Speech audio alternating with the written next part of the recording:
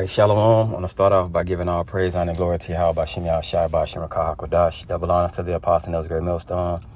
Peace and blessing to you, brothers, pushing this truth throughout the four winds. Just going to speak on not wanting to be, so much following falsehood and desiring things that looks pleasant at the present time. Basically like not envying oppression, and finding joy in oppression because it looks enticing at the present time. You know what I'm saying? You want to stay in a constant mind frame of basically fighting, grinding and staying on a path that many don't want to stay on. Many people don't like struggle. A lot of people don't like to fight for things that that betters them. It's an uphill battle. When you're doing things that goes against the grain. A lot of people don't like to go against the grain. They want to basically consistently have things easy, But this is Proverbs 3:31. It says, "Envy thou not the oppressor, and choose none of his ways." And the funny thing about this is the oppressor a lot of times is our own people. Okay? It's our own people. Because they have basically taken on the ways of the enemy, which makes them become the enemy, and not only become the enemy, but following all falsehood. Like you look at a preacher in church, and he learned all that garbage he's spewing from the oppressor. Jeremiah 10:1. Hear the word which Yahweh Shem Yahshua speaketh unto you, O house of Israel. Thus said Yahweh Shem Yahshua, learn not the way of the heathen, and be not dismayed at the signs of heaven, for the heathen are dismayed at them. And like you just watch Esau and all their ways. When you're put in power, you basically set the standard. And our people see Esau at their height right now, and the standard is whatever they say the standard is.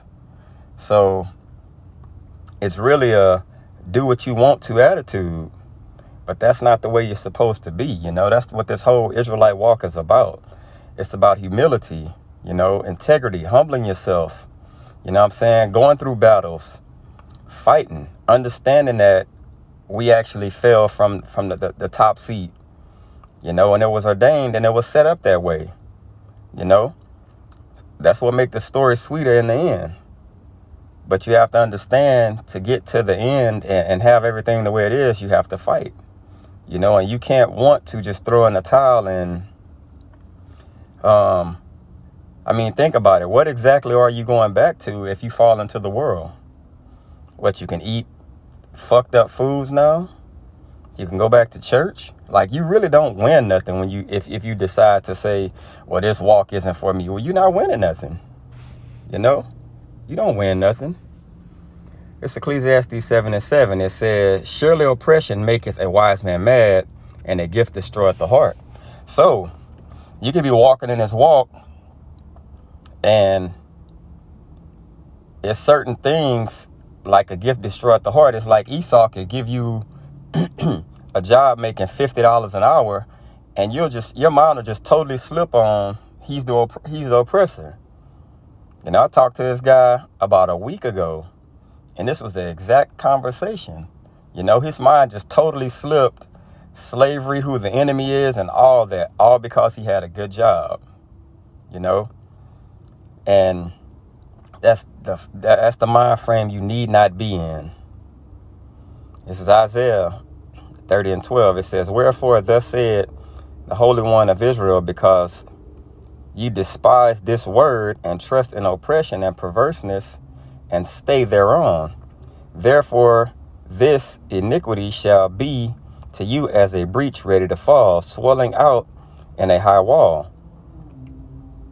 whose breaking cometh suddenly at an instant." Like, all the things that people are following that's falsehood is going to give, because this place isn't eternal. It's just temporary. You know, you would trade in eternity for a temporary fix. That's not smart, you know. This is Jeremiah 17:5. It says, "Thus saith Yahweh Shem Yahshai, cursed be the man that trusteth in man, and maketh flesh his arm, and whose heart departed from Yahweh Shem Yahshai." So if you had this truth and you departed from it listening to someone, you're pretty stupid. You know, it's very dumb. But hey, that wall, that breach that's going to fall, it's going to fall right on your head. You know, and you can't blame no one but yourself. So just basically showing that the mind frame to be in isn't the mind frame of following anything in this collapsing society. This is Proverbs 12:26. "The righteous are more excellent than his neighbor, but the way of the wicked seduceth them." So a lot of our people, when they see people like basically trying to pull them over to, you ain't got to listen to that. That shit ain't real. That shit ain't right. You really want to see things being right, really, and understand this, just simply read Deuteronomy. Those curses are a key sign on everything you're seeing is real. You know, it's telling you what would happen to the chosen people. Like, you can see it firsthand. You know, we went into slavery, but it just gives you the reasons why. So this is nothing you just give up and throw the towel in on. You don't envy the oppressor just to make things, put things at a feel better place in life, you know. But I hope this is edifying. I'm going to say, call Allah, Yamla, Yahweh, Shem Yahshai, Shem Kodash, double honors to the apostle, that was a great millstone. Peace and blessings to you, brothers, pigeons, truth throughout the 4 winds. Till next time, Shalom.